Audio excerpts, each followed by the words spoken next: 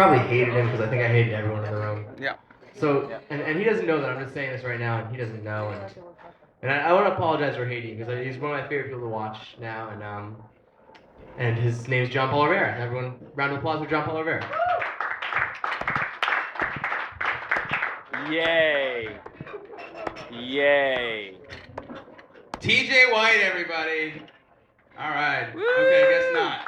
Fuck it. Yeah, TJ. Who? Been a good mood lately. I saw a great movie. I don't know if you guys have heard of it. It was called 127 Hours. You guys heard of that film? Yeah. So yeah, James Franco was really good. It's based on a true story a few years ago. A hiker named Aaron Ralston was hiking alone in Utah, and he actually had an appendage trapped underneath a boulder, and he had to self-amputate to escape alive. It's pretty intense story. He wrote a book about that experience, and he sort of glibly titled it Between a Rock and a Hard Place. Just a little on the nose for a book about that. Although it's better than his original title, which was A Farewell to Arm, was the original title of that book. I feel like that guy who did that, Aaron Ralston, he would be the most irritating guy to talk to at an amputee convention. They have those, I think. You know, picture yourself at the amputee convention. You go every year since you lost your leg to diabetes, probably my future.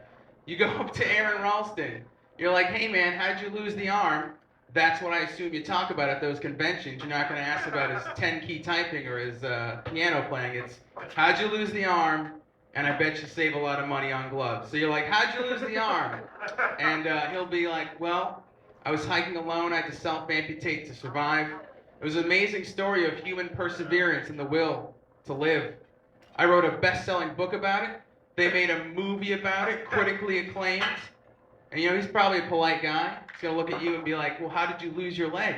And you have to look him dead in the eye, and you have to be like, I really like cookies, ice cream. I mean, you could say my leg was pinned under the rocky road, in a sense, I think.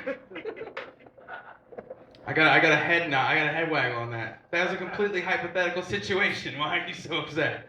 Let's not get into it. Let's not get into it. Because, you know, all right, forget it.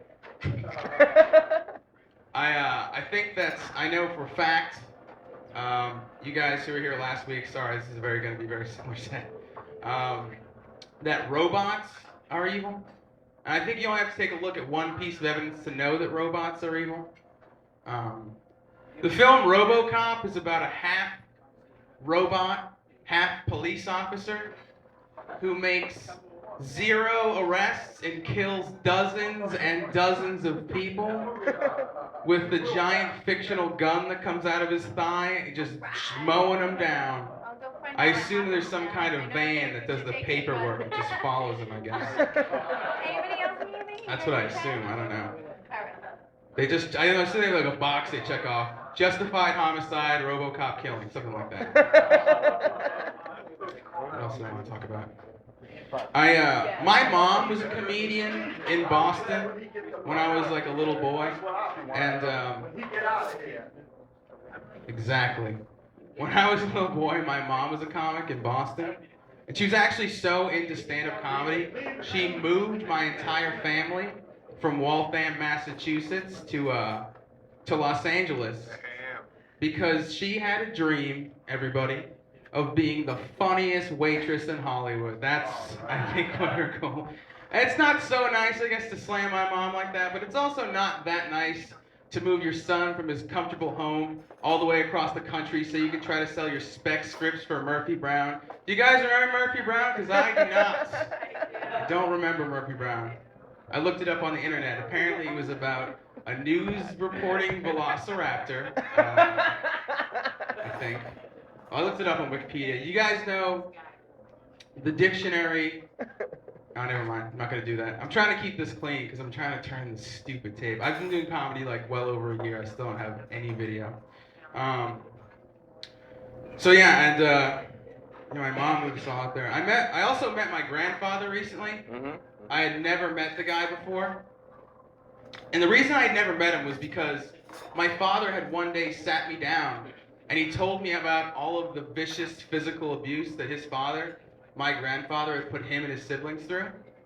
And that was kind of earth-shattering news, you know? Kind of rocked my world. And he told me that news at the most appropriate time in a young man's life. It was about 10 years ago when we were sitting around waiting for Shanghai Noon to start. Love that clap.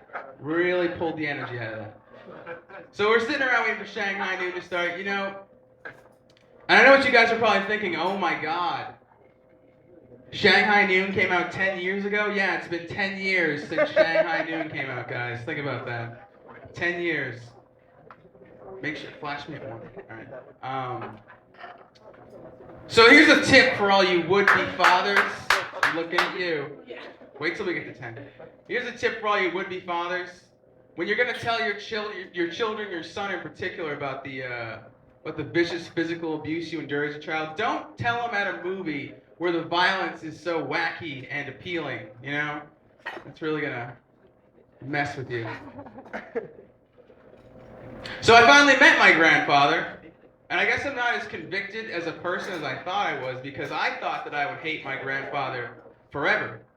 But he gave me $50 in a Houston Texans sweatshirt, and I was like, I guess this is fine. I thought this team was called the Oilers. I love you, Granddad. I was walking around Boston Common recently, checking out the duck pond they have there. It's pretty fun.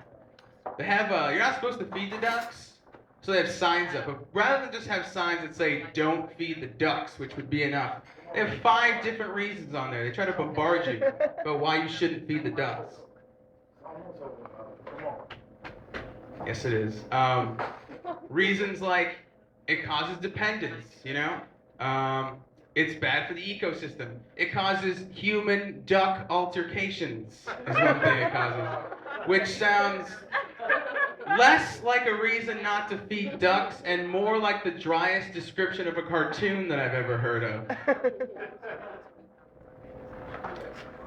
But they don't list what would be the most effective deterrent in getting people to stop feeding the ducks, which would be to list that, for us young Bostonians, that ducks are also technically homeless.